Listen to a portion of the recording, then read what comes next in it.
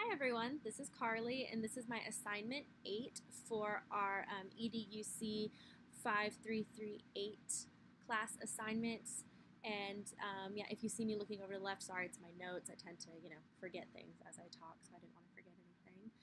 I agree with a lot of people's videos that I've seen about how great this book is and how important it is to just, really have intentional planning when structuring our lessons to get like the best needs from the students and really discovering what they need to know and how to get there. So I'm really enjoying reading this too. And so yeah, I'll start off the assignment. So some brief background. I do teach second grade, so keep in mind that this is going to be very watered down, very simplistic because, they're 7 and they need that background built before, they can get into government and economics and all of these really in-depth topics, that progress on as they get older. So with that in mind, the unit that I wanted to focus on was our wants and needs unit.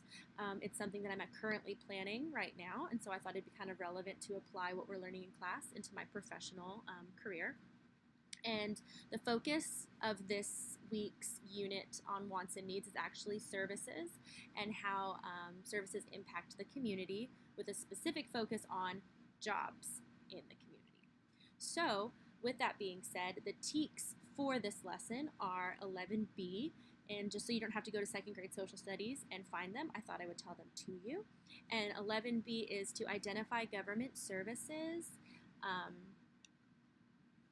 in the community, such as the police or fire department, libraries, schools, and parks, and explain their value to the community. And they also need to know why the government taxes citizens to pay for these services. And it also, I thought it'd be helpful for you guys to know that our social studies curriculum determines that a service is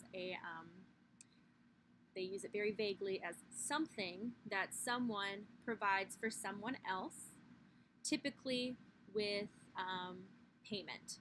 So that's how they describe services, which is what we'll be using for this lesson.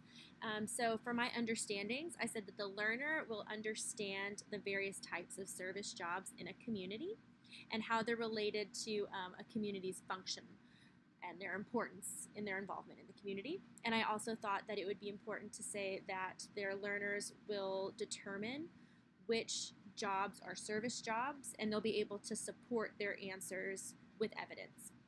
And so for that, my essential questions for this lesson would be, how do services impact our community? Do we need services to have a successful community? And what kind of jobs are considered a service? And so with that, the students will be able to, theoretically, by the end of this lesson, identify service jobs in a community via the characteristics of someone providing a need to somebody else with the exchange of payment, the definition of that as our textbook, and as well as being able to identify them themselves inside of their community. So I would ideally teach this lesson. We would have a big anchor chart where we would describe various types of community members. I would have them sorting various pictures of community members because I'm a big believer in having the students have real world connections. So I would want real pictures of real people doing these service jobs, such as firefighters, police officers, teachers, doctors, service things that they see in their community all the time, as far as even wait staff at a restaurant. And then I would have examples of non-service jobs, such as the entertainment industry, sports stars, things like that, so they can make a connection that these jobs are important to our community and keep them functioning, because without them, we would not be able to do these things and be safe, ultimately. And so, yeah, that would be done. And then at the end of it, I would expect my students to be able to tell me with words and pictures a community service job that they have and they've seen and why it's important in their own words. But, sometimes that's words, sometimes it's sentences. Mainly it's pictures, just because they are 7. And then I wanted to comment on the just for fun section. I actually think that would be a fascinating assignment to see. I do think it would be pretty negative and humorous, just because of how the No Child Left Behind legislation and all this other various legislation is kind of outdated and doesn't accurately reflect our current school system. I can speak from experience. I taught first grade for 4 years, and it was just so frustrating that students who did not know their letters, did not know their sounds, could not put them together to read, were promoted to second grade just because the principal didn't want the negative numbers of retention.